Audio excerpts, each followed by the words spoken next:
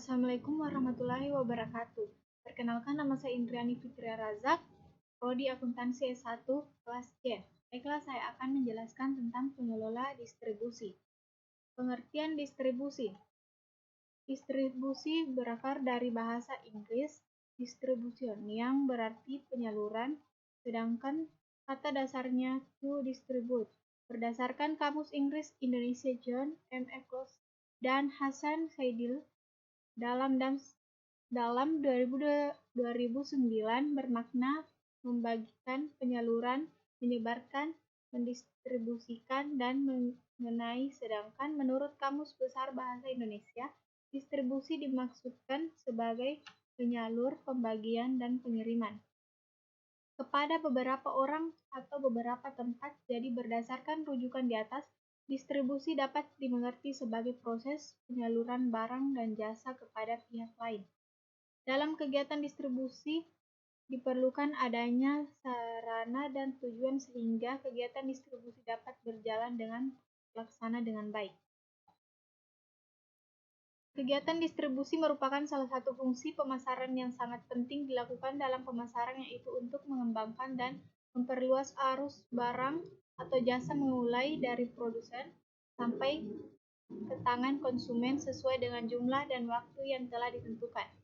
Pemilihan proses distribusi merupakan suatu masalah yang sangat penting, sebab kesalahan dalam pemilihan proses distribusi dapat memperlambat proses penyaluran barang atau jasa sampai ke tangan konsumen atau pemakai.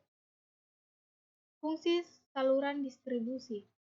Mengingat saluran distribusi merupakan suatu struktur yang menggambarkan situasi pemasaran yang berbeda oleh berbagai macam lembaga usaha, seperti produsen, pedagang besar, dan pengecer. Maka kegiatan saluran distribusi harus dapat dipertimbangkan dan dilakukan secara efisien dan efektif.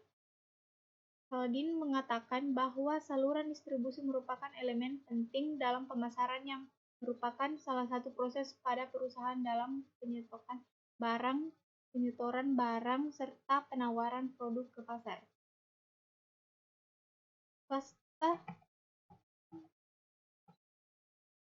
Swasta menjelaskan bahwa fungsi saluran distribusi meliputi 8 hal sebagai berikut. 1. Menjembatani antara produsen dan konsumen. 2. Saluran distribusi memberikan fungsi-fungsi tambahan atas fungsi pemasaran, misalnya penjualan kredit. 3. Saluran distribusi ikut serta dalam penetapan harga. 4. Saluran distribusi aktif dalam promosi.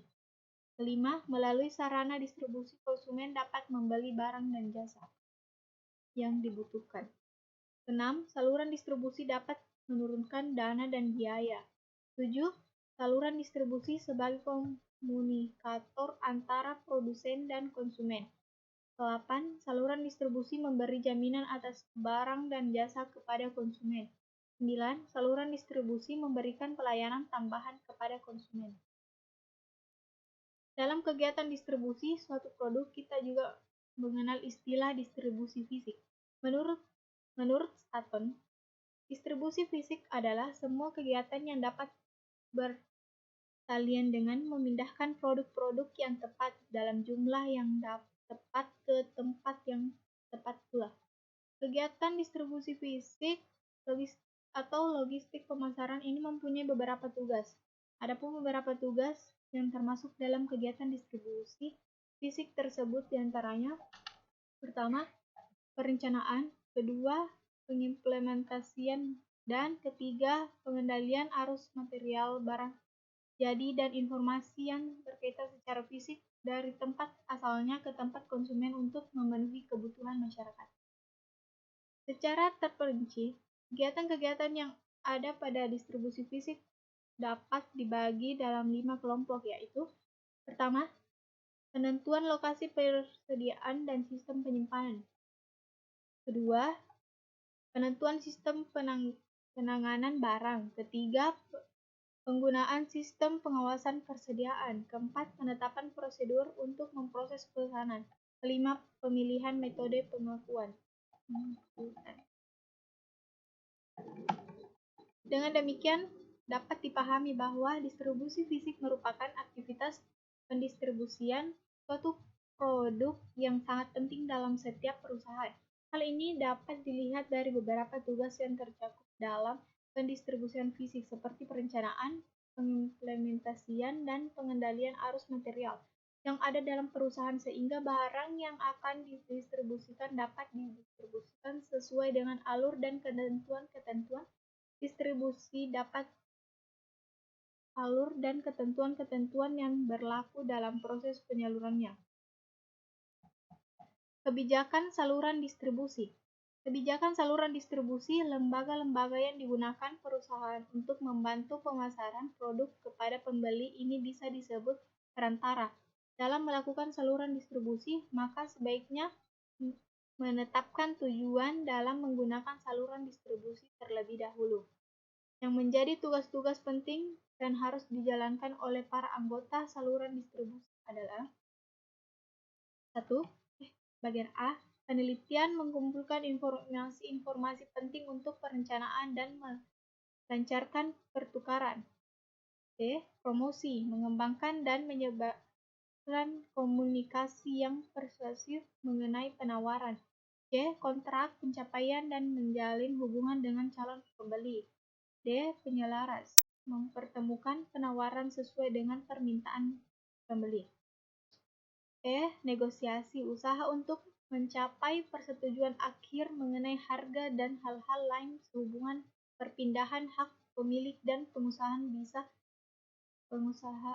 bisa dilakukan. F. Distribusi fisik, transportasi dan penyimpangan barang. G. Pembiayaan, permintaan dan penyebaran dana untuk penutup biaya dari saluran pemasaran tersebut.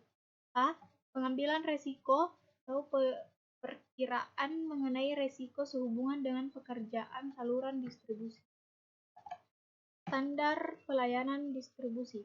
Standar pelayanan merupakan tujuan yang spesifik dan harus dapat diukur yang ditetapkan perusahaan berkaitan dengan kegiatan distribusi fisik mereka.